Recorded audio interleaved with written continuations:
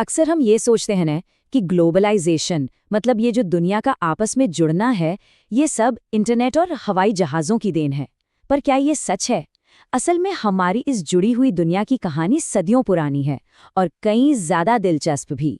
तो सवाल यही उठता है कि हमारी ये ग्लोबल दुनिया असल में शुरू कब हुई? क्या इंटरनेट के आने से या शायद 20वीं सदी में? चलिए इसका जवाब ढूंढने के लिए चलते हैं इतिहास की गहराइयों में। तो सबसे पहले हम प्राचीन दुनिया में चलते हैं, ये देखने के लिए कि हजारों सालों से इंसान कैसे एक दूसरे से जुड़े हुए हैं।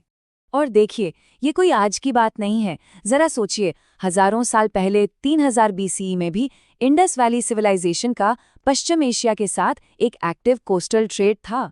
और ये सिर्फ सामान का आना जाना नहीं था। 7वीं सदी आते आते तो बीमारियां भी हजारों मील का सफर तय कर रही थीं।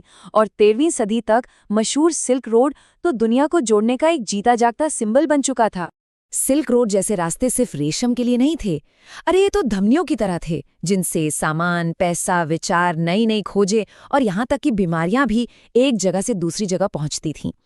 ये व्यापार और कल्चर का एक बहुत बड़ा नेटवर्क था, जिसने दुनिया को आपस में जोड़ना शुरू कर दिया था। अब जरा फास्ट फॉरवर्ड करते हैं 16वीं सदी में।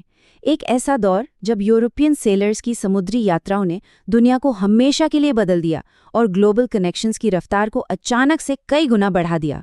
दुनिया मानो एकदम से छोटी हो गई थी। क्रिस्टोफर कोलंबस की यात्राओं के बाद एक ऐसा रेवोल्यूशनरी बदलाव आया जिसे हम कोलंबियन एक्सचेंज कहते हैं। अमेरिका से आलू और टमाटर जैसी चीजें यूरोप और एशिया पहुंची, तो वहीं यूरोप से गेहूं और कॉफी अमेरिका आए। लेकिन इसका एक बहुत ही स्याह पहलू भी था। चेचक जैसी बीमारियां अमेरिका के मूल निवासियों के लिए कहर बनकर टूटी, क्योंकि उनके शरीर में इन बीमारियों से लड़ने की इम्यूनिटी ही नहीं थी।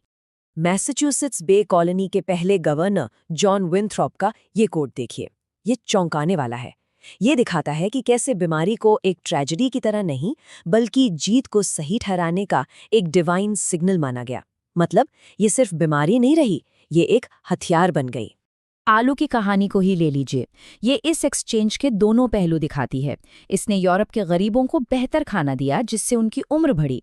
लेकिन जब आयरलैंड में लोग इस पर पूरी तरह निर्भर हो गए और 1840 के दशक में आलू की पूरी फसल बीमारी से बर्बाद हो गई, तो लाखों लोग भुखमरी से मर गए।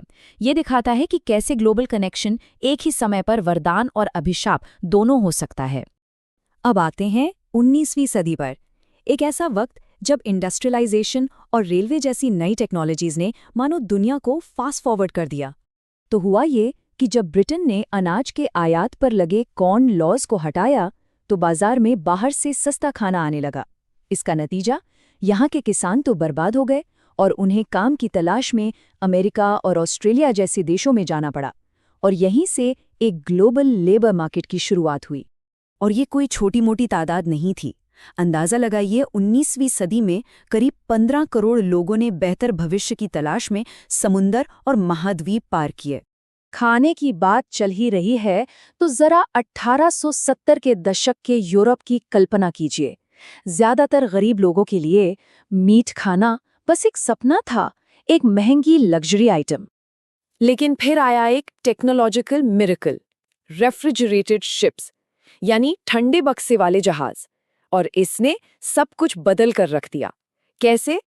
अब देखिए, जानवरों को अमेरिका या ऑस्ट्रेलिया में ही काटा जा सकता था और उनके मांस को जमा कर यूरोप भेजा जा सकता था।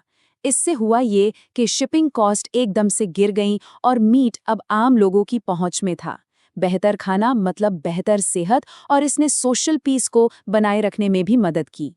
लेकिन इस ग्लोबल कनेक्शन का एक बहुत ही स्याह पहलू भी था। एक तरफ जहां तरक्की हो रही थी, वहीं दूसरी तरफ कई लोगों के लिए, खासकर कॉलोनीज में, इसका मतलब था आज़ादी और रोजी रोटी का छिन जाना। जरा इस नक्शे को देखिए। अफ्रीका के कुछ बॉर्डर्स एकदम सीधी लकीरों जैसी हैं, जैसे किसी ने रूलर से खींच दी हों। और सच कहूं तो हुआ भी कुछ ऐसा ही था। 1885 में यूरोपियन पावर्स ने बर्लिन में बैठकर पूरे महाद्वीप को आपस में बांट लिया, वहां रहने वाले लोगों या उनके कल्चर की जरा भी परवाह किए बिना। 90%, 90%, एक बहुत बड़ा नंबर है ये। क्या हो सकता है ये, जरा सोचिए। ये आंकड़ा है अफ्रीका के उन मवेशियों का जो 1890 के दशक में रिंडरपेस्ट यानी कैटल प्लेग से मारे गए थे। ये बीमारी यूरोपियन कैटल के जरिए आई थी। मवेशी ही तो अफ्रीकी लोगों की दौलत और रोजी रोटी का जरिया थे। उनके खत्म हो जाने से अफ्रीकी लोग खदानों और बागानों में मजदूरी करने पर मजबूर हो गए, जिससे कॉलोनियल पावर्स के लिए उन्हें कब्जे में करना और भी आसान हो गया। शोषण का एक और भयानक रूप था गिरमिटिया मजदूरी। ये एक कॉन्ट्रैक्ट सिस्टम था जिसके तहत लाखों भारतीयों और चीनियों को दुनिया भर में बागानों, खदानों और रेलवे प्रोजेक्ट्स में काम करने के लिए ले जाया गया। इसे कई लोग गुलामी की एक नई प्रणाली भी कहते थे। इन तस्वीरों को देखिए, ये गिरमिटिया मजदूर हैं।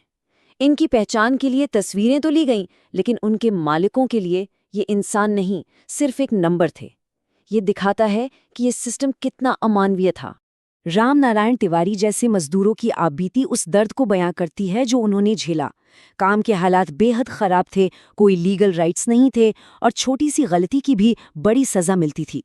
तो इन सब चीज़ों ने मिलकर ट्रेड, माइग्रेशन, टेक्नोलॉजी और कॉन्क्वेस्ट एक नई ग्लोबल इकोनॉमी को जन्म दिया। पर यह बराबरी की दुनिया नहीं थी, इसका सेंटर था यूरोप। ये चार्ट भारत की कहानी कहता है। भारत, जो कभी दुनिया में बेहतरीन सूती कपड़ों का सबसे बड़ा एक्सपोर्टर था, उसे ब्रिटिश इंडस्ट्रियलाइजेशन और उनकी पॉलिसीज ने फिनिश गुड्स के एक्सपोर्टर से ब्रिटिश मिल्स के लिए सिर्फ रॉ कॉटन का एक्सपोर्टर बना दिया। देखिए, 1800 में जहां वर्ल्ड ट्रेड में भारतीय टेक्सटाइल्स का हिस्सा करीब 30% था, वो 1870 तक आते आते 3% से भी कम रह गया। तो ये जो नया ग्लोबल सिस्टम बना, ये बहुत कॉम्प्लेक्स था। इसने एक तरफ तो बेहिसाब दौलत बनाई, लेकिन दूसरी तरफ गहरी असमानताएं भी पैदा की। और ये हमें आज के लिए एक बड़े सवाल पर लाकर छोड़ देता है। इतिहास की ये विरासत, ये बॉर्डर्स, ये ट्रेड, ये माइग्रेशन आज हमारी दुनिया को कैसे शेप कर रही है? सोचने वाली बात है ना?